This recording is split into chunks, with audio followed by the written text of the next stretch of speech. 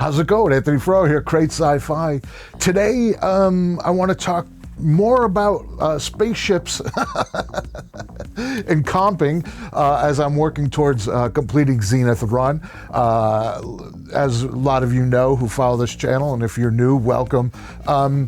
What I do is most all my prop, costume, filmmaking tutorials are around some project that I'm creating. So not only do you get to get some insight on how to make props, costumes, and films, but also you can see sort of how I apply what we learned to an actual film, right? Or series, whatever. So, so for past couple of weeks, I've been doing some episodes where kit bashing the spaceships and then comping them and then showing you the final results. But I was kind of going quickly through the comping process, and a lot of you had reached out and said that you were interested in knowing more about that. So I wanted to just break it down, and I figured the best way to do that, because let me backtrack a little. The best way to do that is After Effects, right? But for a first-time filmmaker or somebody who only has basic knowledge of the software, like editing software, Photoshop, After Effects is a little daunting. So what I wanted to do is break it down from a basic Photoshop image, then show you how that applies to if you were an editing software, and then show you how that then finally applies to After Effects. Now I use all Adobe, I'm not sponsored or anything, it's just what I use, Premiere, Photoshop, After Effects, just because all the tools that I use, I like that they're all in the same suite, but you can certainly use other tools. The principles are universal, right? So what we're looking at is this, comping a spaceship. And let's take a look at its most basic core elements in Photoshop. Okay, so starting in Photoshop, right? Very basic. We're going to create a new project, 1920, 1080, 72 DPI, and here's our still image. This is a still grabbed from the film that we shot, but it's just a still. So we want to key out the green, right? A real clumsy way to do that is you can take the magic wand tool and just sort of click. That'll work. I like to use a color range. It's pretty straightforward. You just click on the color. You make a few adjustments. Then it only targets the green. Then you can delete that. Make sure you have a transparent layer underneath. And then you can just clean it up. I always throw pink or yellow or something back there to see what I'm working with. So here I have the ship. I'm just going to move that around. And now we're going to bring in stars, right? So star field, you can find that. Just Google that. It's pretty simple to find. So put our star field. Now we're going to take our ship, put it on the star field, resize it. And that's basically a comp, right? So we have our ship in the stars. Very straightforward. But now we want to blend. So I'm going to put an adjustment. This is a photo adjustment. And I'm just using this color because it's going to match a flare I'm going to add, but you can use a warmness or a coolness, blue or yellow. And what it's starting to do is all the different elements, it sort of unifies them by putting a layer over them. And then further, by putting the lens flare and the noise, now we're just adjusting the colors. We're just crunching the blacks a little. And there we have a really basic composition, but that was very simple. So hopefully that made sense, right? I think a lot of people, especially now with social media and Instagram and everything's photographs, I feel like people are a little bit more active in Photoshop and photo editing software, right? So that's just the basic components of it, right? So let's take those layers, let's take the same steps, but now we're gonna apply them in Premiere, in video editing software. Here we have that image that we cut out, right? It's the spaceship. And we're gonna do a very, very simple animation. We put the star field back there. I don't know, I'm gonna stretch this out to maybe like 10 seconds. and we're just going to do 2 keyframes, right? So we're going to do a starting keyframe, then we're going to go to the end, put another keyframe, and it's simply going to go from left to right. Now, when you're first starting off, this is actually, this is pretty fun. This is great. Now, to further sell this, we could just do a slight move on the stars, 1 keyframe again, in the other direction. So you see how that sort of livens it up a little? So here this is very basic, right? All right, so now we're going to work with the video.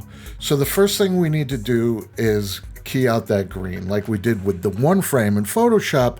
Now we're going to do it to the entire video, right? This 4 or 6 seconds. First thing we need to do is mask out the area that we don't need, so you don't have all this information that your key is looking at. You just want to have as little as possible masked around your main subject, right? So we keyed that out, or rather masked that out. So now we're going to do the key. So in Premiere, the Ultra key is the one that comes with it. Again, you're going to click the darkest green, and then when you go into the alpha view, you want to make something that's very black and very white, right? You don't want all that chatter, but you have to, you know, each image is different. You want to look, you just don't want to compromise your image, right? If you start seeing holes in your image, then you've gone too far. So you want to find that happy balance. So now in this case, I have a little bit of that stick left that we had it mounted on. So I create a nest so it saves all that information we just did. And then now I'm going to add 1 more mask. And you know, this I'm going to do very basically, just do a couple keyframes. And then this is going to get rid of that little stick, right? So now, you know, keep in mind what we just did with the still image. Now we're going to do a similar thing with video, right? We added that noise, we added that flare, but now we're going to do that on a moving image. So we have the stars. We're going to put the stars in the background. And again, we're just going to do like a 1 keyframe move in the opposite direction that the ship is moving, just to get a little parallaxing, to get a little life in there. But I'm hoping by comparing this to just the still image, it makes more sense and it's more accessible to you, right? So there it is moving. So that's fine. So let's add an adjustment layer. So now we have this adjustment layer. What are we going to do? Dun, dun, dun. Lens flare. So now we add the lens flare, right? So we're going to put a keyframe on this, right? And it's always 1 keyframes in these, right? So it's very simple movements, but all combined, right? It makes a complex, cool image. So we got that lens flare moving, right? So another adjustment layer. Now we're going to do the color again, like we did with the photo filter.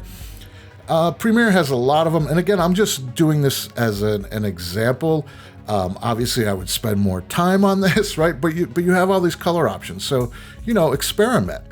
So now I have this color that's unifying everything, and we have the noise. So the noise helps to soften the edges where everything is laid on top of each other. So that little bit of noise helps it out. And yeah, that looks good. So one final thing I always like to do is we're going to track another flare to the engine, right? Just to give the engine a little glow. This is sort of a simple way to do this. So just a few keyframes. Again, I'm going to put the glow right on the end of the engine there. And then I'm going to take a mask because I only want the flare. I only want the glow of the flare. I don't want the flares, right? So again, just a few simple keyframes. And what's nice about doing the spaceships is, you know, these are usually just insert shots that are like 4 seconds. And there it is. Right? Now we're getting somewhere. Now we're making movies. I don't think the leap from Photoshop to Premiere to editing was that crazy, right? So now if you just stay with me, so now we're going to apply the same basic principles, right? Like the core image that's keyed out, the layers of grain, the background moving slightly, a flare, some color. And now we're going to do that in After Effects. So think back to the Photoshop, the simple. We're doing the same thing, right? And then we went to the Premiere. Same thing, but we're in After Effects. After Effects is a lot going on, but hopefully now it's not as overwhelming. So the first thing I'm doing here different is I'm creating a camera. And what it does is it tracks the camera moves. And then from that camera move, I can create a solid that we're going to use later to attach our stars to. And it's going to give it a more interesting look than just that one keyframe we've been doing. So now, right, you recognize this. We're going to mask out our subject. And we're going to key out the green, right? So same steps, we're in After Effects, it's just more powerful tools, right? So the keyer in After Effects is much more powerful than in Premiere. So we have a lot more tools at our disposal. We go into alpha, but it's still the same basic principles, right? So we're clipping the black. We want our white to be white. When you see that gray in there, that's a transparency. You don't want that. And then we have these extra tools. We have the key cleaner. We have the spill suppressors. We have the matte chokers and softeners, right? So again, I'm not going into specific detail about how to use those tools, but I'm showing you that they're there and you see the difference, right? So now you see that's that square that's tracked to our camera. That blue square represents that room that the ship was filmed in, right? When that camera moved across the green screen, that blue field back there is now in that same space as that. So I'm just pushing it back a little, and now I'm replacing that blue square with the star composition that I have, right? And that's just a star JPEG that I got on Google. And we're in 3D space now, so I can adjust this a little, because what I'm trying to do is, from the camera move, you want to make sure that the star background is always in your composition frame. Sometimes you have to adjust it because it might fall a little short. Now we're adding the nebula. And again, I want to go far back with that because what'll happen there is that'll track with the camera as well. And it's another little special little element that, again, it's not in the foreground, it's in the background, but it's just nice. And see how it just parallaxes just a little, right? So that tricks your brain into thinking like, oh, this is real. Like somebody was out there in space filming spaceships. And a flare, who knew? So same thing. Now, because we're in 3D space with this, I'm just trying to find somewhere where when the camera moves, it starts in one place, it ends up on the other side of our composition. So it just gives a nice little movement. And I think you're seeing a theme here. So in 3D, when we make that camera move, you want to make sure that it's still in the composition. So this is just a matter of adjusting it. And then if you see there, that's flipped out a little. So I want to flatten that more to the camera. And then I'm just going to cheat one keyframe. And again, you know, this is a theme, just one keyframe is what really sells this, makes it smooth. So now we got the flare, we got the nebula. The stars are moving with the camera. So now color correction. And again, because we're After Effects, better tools, I have Magic Bullet. This is a plugin. And, you know, I have all these options. I have a few things that I always like to do. I like to add the film grain, right? That should be familiar from Photoshop and Premiere. Then I add chromatic apparition. That just gives it that sort of that color separation that makes it look like it's analog camera.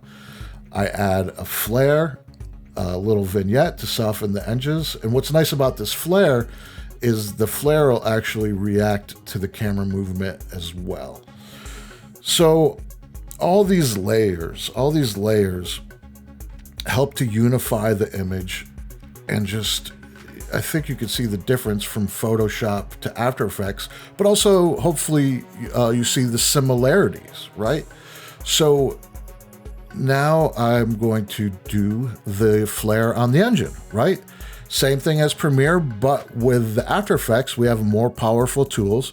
That motion tracker, we don't have to do that by hand. That follows exactly the engine. We create a null object, and now I'm going to pick another flare, And then I have more flares in After Effects, more interesting flares.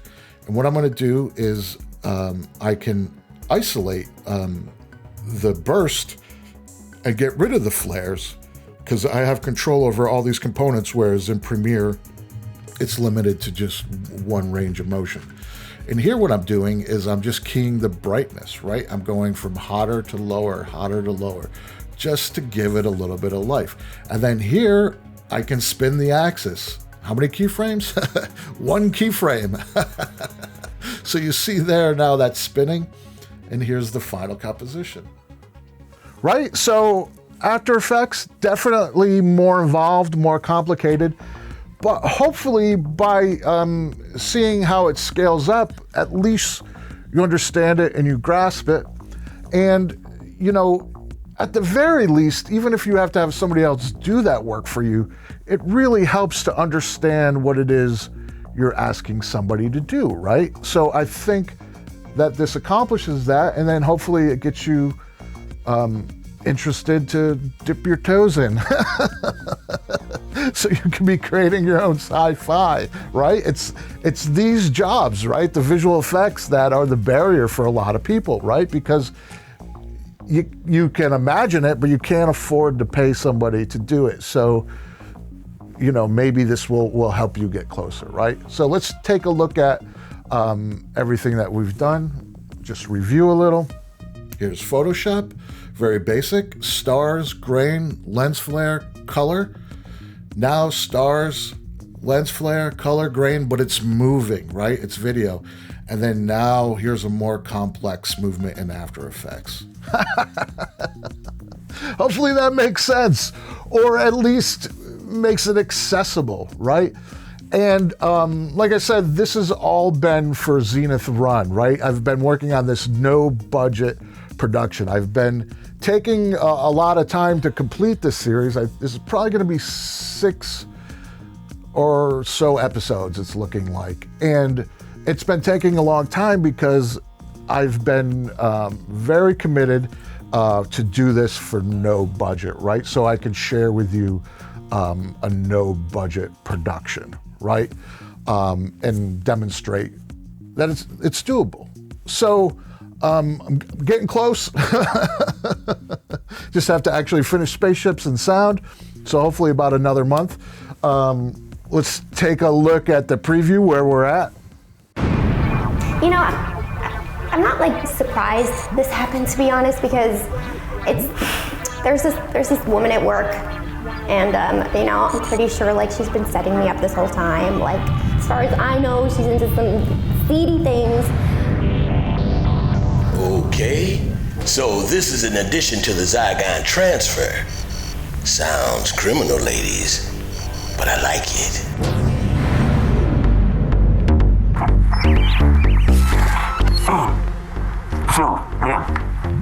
Sir, good day. Is the package secure? Yes, ma'am, sir.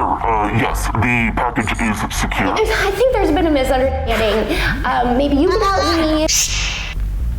Keep her silent. I'm talking to you.